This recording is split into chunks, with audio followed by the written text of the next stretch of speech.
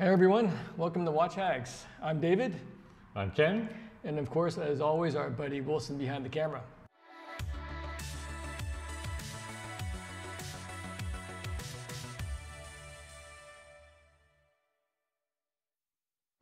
It's been quite some time since we sat down and kind of hashed through what is one of our passions, which is watch collecting. And so I'm very glad that we've had that chance today to talk about the iconic watch, or the icons that really have defined what it means to be a watch collector. And as you can see today, we're going to talk about what I think, and I think what you think as well, is probably the most iconic wristwatch on the market today, which is the Omega Speedmaster. And before we get into our discussion today, I just wanted to remind everybody that we are an independent channel. We do not get any sponsorship help. It's really just us amongst the hags here that we are driven to talk about what keeps us really actively collecting, what interests us, and what else to get as far as a new watch to the collection. And so again, it's really just us as far as passionate watch collectors, and we hope to bring you more content like this in the very near future. But before we go into it though, let's do a quick wrist check. What are you wearing today, Ken? So of course I worn a Speedmaster today, David. It's a reissue of the 1957 original model, which is when the Speedmaster was launched. It was not originally a watch made for space. It was just a chronograph that Omega had in mind. So I've got that today. Perfect. And for me, this thing is glued to my wrist. It's my Tudor Pelagos titanium watch. But what I did to kind of change it up was put it on a vintage aged leather onto the watch to kind of give it a different feel. So like I just said, we want to talk about what is a iconic watch in today's market. And I think for many, many years, not just today, and we just talked about this earlier, what defines an icon in the watch world? And if you go to just any Joe on the street as you're talking to them, what is an iconic watch? Immediately these brands pop up, right? Obviously Rolex. Everyone talks about Rolex. Hats off to them and really marketing the heck out of their watches and also with their ambassadors. But then for Omega, what do you think? When you look at what Omega has done to promote and advertise it, what do you think about Omega? So for me, Omega with the Speedmaster, why it's an iconic watch? I think like many icons, it's the story, right? And I'm not sure if Omega deliberately made that story as well. I think there were some accidents along the way of good fortune, and then they've really, really ran with it. But the story, right? In 1957, they first released a chronograph. They were one of a number of companies that basically took advantage of Le Manier. Le Manier had their first manual wind chronograph that was widely distributed. A few other brands, we've talked about them as well, David, like Breitling and so on, put them into the watches. So it was a accurate chronograph, manual wind in 1957. It was the first watch as well to have a tachymeter around, printed on the bezel. And then they went into space, right? And there's interesting stories of how they ended up there, David. But before you go there, though, let's just go back in time, right, to 1957, that time frame, where if you start thinking about what has happened at that point to wristwatches, it was really kind of coming into its own as far as something that people should be looking at and people should be buying. Obviously, in a previous episode, we talked about how timekeeping on your person went from a pocket watch into wristwatches. And so in the mid-century, I think at that point, the market was really evolving, right? The manufacturers were looking at who they want to be wearing their watches, but for what, right? Meaning that almost like a lifestyle, right? And so the Speedmaster was certainly positioned as that racing and sports chronograph, and also very well timed with the Olympics when Omega became the official timekeeping sponsor for the Olympics. And so I think that really kind of laid the groundwork, right? The foundation for then the Speedmaster being elevated as a sports watch. Now, interesting enough though, that I think the Railmaster, and then I think the Seamaster, and then of course the Speedmaster, that's kind of following along the lines of the, I guess, the master of whatever you do, whether you're a training engineer or if you're having to deal with recreational diving or even swimming, and then you have racing, right? Like you said, with the tachymeter on the Speedmaster. I think that definitely set it up. It was a perfect time for Omega and the Speedmaster to become an iconic wristwatch, without question. And I think then the next piece was it started to get entangled in the whole space race. Even to today, right? We've had Virgin Galactic, we have SpaceX going to space, people wearing on a number of those, Omega Speedmaster as well too. I'm not sure if that's deliberate or not, but it is a relationship that you can't separate, right? Yep. They first went to space. I think everyone thinks of the Omega as a moon watch, but they also ended up going to space first, right? Before they ended up on the moon. Exactly. Almost accidentally. Yeah. And what I like about that story, I believe it was Wally Schirra. Yeah. Like you said, before you get to the moon, you have to see whether or not you can just orbit the Earth, right? Yeah. And so what I find interesting about this story about Wally Schirra, who was an early NASA astronaut as part of the Mercury program, was that he wore his own personal watch, his own personal Speedmaster, into the capsule as it was orbiting the Earth. Yeah. And to me, I think it's a really great testament to the precision and durability, of an Omega watch. Right? This guy decided, okay, I'm going to wear this with me. And from his experience, right, we went to a time when a number of astronauts after that asked NASA that they needed to have a wristwatch, right, that they could wear into space to keep time. And that's when NASA took on that opportunity, right, to actually test out a number of watches from a variety of different manufacturers without their consent, right? You're correct. I mean, I wouldn't say without their consent, they just didn't get them involved, right? Yeah. I think the story is that there was one person within the whole space program there that was in charge with accoutrements, if you will, to the spacesuit. And like you said, they went ahead and procured these wristwatches without telling the manufacturer, which, of course, there's no need to, right? And they subjected them to an amazing amount of tests, David, and the Omega Speedmaster actually came up on top, right? There were temperature tests. 11 tests in total, I believe, to make sure that it could survive. Yeah. Back in the early 60s, they weren't thinking that wearing a mechanical watch is going to help you survive space and have your navigation put you where you want to go and come back. It was also meant as a kind of a backup, right? A mechanical backup to the computers, quote unquote computers that they had back then inside a space capsule. To me, it's interesting that you have these astronauts. Well, until they actually go into space at that time, they weren't really astronauts, they were pilots. They were fighter pilots, they were test pilots.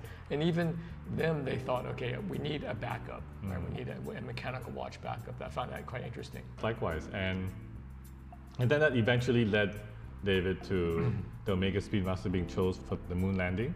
I think that the Omega Speedmaster is such a complicated watch from a historical perspective. I think there's the 1957, the original version, which has been reissued on a number of occasions. It's a chronograph, it's got broad arrow hands, it's got a tachymeter on a stainless steel bezel. Then we went into the first Omega in space, the FOIS, right, which was also a manual wind chronograph that's been reissued as well too, but the hands were these spade hands basically. And then now to the Moonwatch basically, right? And I think for me, it's the Moonwatch variant that's the iconic one that everybody recognizes, right? It's got a very classical and particular design. It's got the strong white hands, a purely black dial, makes it very, very legible. And it's that watch that's really become, iconic. And so earlier, as we were kind of discussing and debating, and what makes it iconic? I think at this point, it's irrefutable, right? The backstory.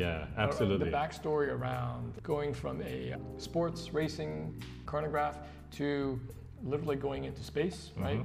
A very rarefied group of people. Even a more rare group of wristwatches that have actually been taken to the moon. So that whole backstory really has held up extremely well. And we're 52, 53 years on. People still know it. People still covet it. They still want to have one in the collection if they don't have one, or have several within their collection, right?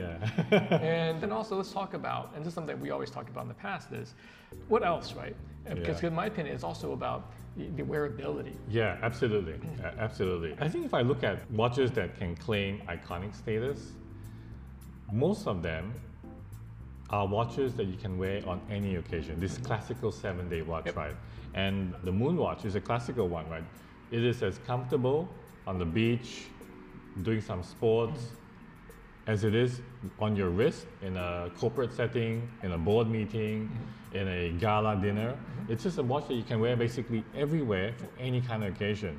So I think that functionality is a key part, right? There's some more dressier watches that are famous, like a Patek Philippe Calatrava. This is a famous watch for the brand. It has existed also for a very, very long time, but you know, you're not going to whip that out to go to the beach, right? There are very limited occasions when an individual is going to be able to wear that, right? And I think that's one of the things that prevents it, although it's so famous and it's so beautiful, from becoming an icon, right? In the way that we are defining it. Yeah, and I agree with you. The ability to wear it for multiple occasions. Yeah. It's interesting, right? To think about from a design perspective, what allows it to do that. And so when we talk about dimensionally, it was 42 millimeter case, right? From 9 to 3, not including the crowns, right? Even for smaller wrist people, it doesn't feel that big at all. You know, the height of it as well, coming in just under 14 millimeters. For some people, you know, they think that's a little too thick, but again, I think the way that the geometry of it, of how the bezel sits, the length of the legs, and how it slopes away from the top of the watch, it makes it extremely wearable. I think that's a great point right there. It's got to be also usable by a lot of range of different people. It's that sweet spot, right, of being not too big, not too small. It is an amazing watch, right? And the design, it's just so legible. You've got a beautifully balanced dial. It's so legible because you've got black on pure white, right? I mean, there's no bigger contrast than that. And it's a phenomenal watch. So as we were talking about what makes it an iconic watch, and we talked about the history behind the brand and the moon missions. We also talked about the wearability any day of the week or any event, as far as going to the office, going to buy groceries, whatever. What else do you think makes it an iconic watch? You know, a lot of iconic watches that people talk about are rare and they're costly. Either costly at purchase price or costly because it's so rare, it's just not available and the prices just run up well above retail.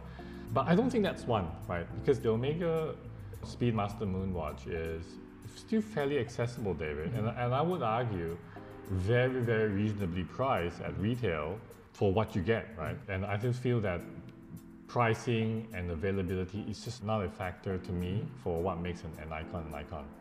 Yeah, and of course, you know, we're not talking about some of the more rare and esoteric versions of the Speedmaster, but if you wanted to go and get the current version with the updated movement, the master chronometer, the retail is 6,700 USD, about 6,400 euro. And the thing is, like I said, you can go to the boutique and most likely, chances are they'll have one for you to get. Or if the wait is a few weeks, great. Yes, it's better exactly. It's better than some of the craziness that we see there out in the market with some of the Rolexes where you have to wait a year or even more. Precisely.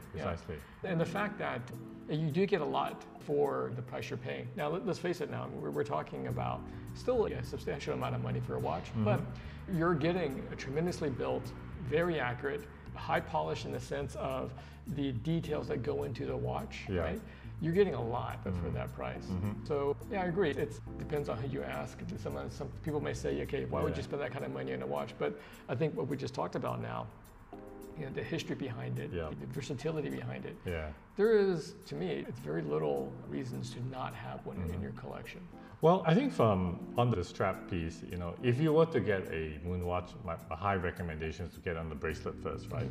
So the standard bracelet for many years, Omega's used this very standard sort of basic brushed steel bracelet with some high polished parts of the links here. And it's fairly uniform all the way down to the clasp. It's a very straightforward deployment clasp. So this is a very functional thing. If you were to go and get the new version, so the Master Chronometer recently released Moonwatch, you've got a completely updated bracelet with a nice taper to the end, a beautiful, completely redesigned clasp. You know, I think that it's great just to get it with the bracelet, and then of course later on you can definitely swap it out and do different things like you've said. I mean, it's a nice simple 20 millimeter lug to lug width. You can get lots of aftermarket straps for that and dress it up like you've done for yours, David. I do recommend to get it in the bracelet. It's just so versatile. And the old bracelets are nice and functional, and for the new one, it's just so sleek and beautiful, David. In the flesh, it's just amazing. Yeah, I agree. I like what Omega has done when it comes to not just settling on the black dial with the white markers and hands and manual wide movement. You're offering a lot of choices, right? As far as, you know, do you, because let's face it, not everybody wants a manual wide watch. And of course, you know, how do you overcome that? You put in an automatic movement, right? Well, there's also the limited editions, right, David? Probably one of the most famous is the collaboration with Snoopy, that adorable character. and Snoopy's would run at a ridiculous price, David. That's just crazy, crazy prices. So they are relatively rare sub-variants and limited variants for the Speedmaster, but then also very unique designs, right? They've got the Tintin design, they've got the Ultraman design. There are quite a number of different variants that are also hard to come by. It's sometimes dangerous to have too many variants in a particular piece, and I would say Omega is making quite a fair few, but there are a few like the ones that I've just mentioned here that are, they're also truly iconic and highly, highly desirable. The other thing that I think Omega has done quite well to modernize the Speedmaster. Now, of course, the silhouette has stayed the same, right? Yeah. The case width and the thickness has stayed relatively the same. What is interesting in this past few years is kind of exploring differences in case finishes and case materials, right? Yeah. So I think everyone at this point has seen the dark side of the moon with the whole blackout case design. Yeah. I think it looks great, but I would say as I've owned other blackout watches. Looks great, but when it comes to actually telling the time, it can be a little challenging because everything's all black. But it's a really cool looking watch, right? Oh, absolutely, and it's made of a very modern ceramic. It's scratch proof. It's amazingly shiny for ceramic.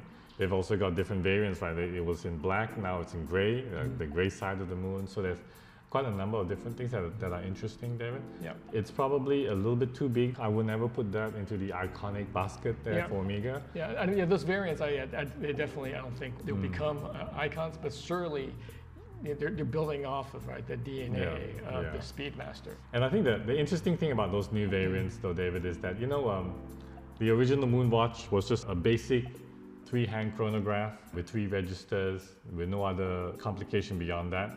And now with some of the new ones, David, they've got a moon phase complication. And I always thought it was quite romantic that the Moonwatch would have a moon phase, right? Such as the one that you have here. Exactly, you've heard me talk about it before. When they came out with this variant in the late 90s, a lot of criticism around, what are you doing with the iconic Speedmaster? Why are you putting an eggshell white dial on it? Why are you putting a sub-register at a 12 o'clock position? Why are you putting a actual moon, a calendar and a moon phase? Well, to me, I thought it was kind of a proper way to kind of continue the Speedmaster, especially with the moon phase on the watch. To me, I think standing on the shoulder of giants being the original Speedmaster has allowed Omega to really further perpetuate its status. It has reached an iconic status. And I would say even to a point now, which in the past couple of months we've heard about the Moonswatch collaboration with Swatch itself. We can have a whole episode on that, which we actually will. But let me get your opinion on what do you think about that collaboration? Some people are kind of grumbling and mumbling that oh, is this really cheapening the brand? Are we taking away from the Speedmaster? David, I'm not sure, to be honest with you. I do feel there's a worry for the Swiss watch industry, right? In the sense that mechanical watches may not be seen by future generations as something desirable and something worth collecting, and create a fascination and an obsession like it does in our generation, David. So there's that worry, right? Can we make that leap to the next generation and to have this heritage continue on? The question is, how do we make that happen, right? In a world of smartwatches where our children prefer something that can tell not just the time, but all manner of other biological things that it's measuring with all the different sensors, but nowhere near with the same romance and the design of the mechanical watches that we love. One idea and thought was this collaboration, David. I'm not sure if this will work, but it is an interesting try, in my opinion. I also think that it was a marketing genius to kind of bring those two together. Because again, like you said, the younger people are not really seeing value in having a mechanical watch on their wrists. For Omega, the strength of the Speedmaster, I think it will certainly survive, which some people say is a big mistake by them. Quite frankly, I think it was a stroke of genius, because now not only are you perpetuating this icon, you're also making it the younger and the newer customers of the future aware of what this is, right? And as they start digging into what's the Moonwatch or what is the Speedmaster, then they start to see this backstory. And the fact that they were able to preserve the case size, the silhouette of it, and make it all now so flashy in color, and also, of course, so light with that new material they're using. To me, I think it's a great collaboration by them. I'm looking forward to us talking more about it. Great, David. Thank you very much for the conversation. I really enjoyed talking about what makes an icon an icon, and I think just hearing us discuss all the various things that make the Omega Speedmaster, and in particular the Omega Speedmaster Moonwatch an icon, leaves me with no question in my mind why it is what it is. And I'm really thinking about the new variant in the Master Chronometer range, right, to add to the collection.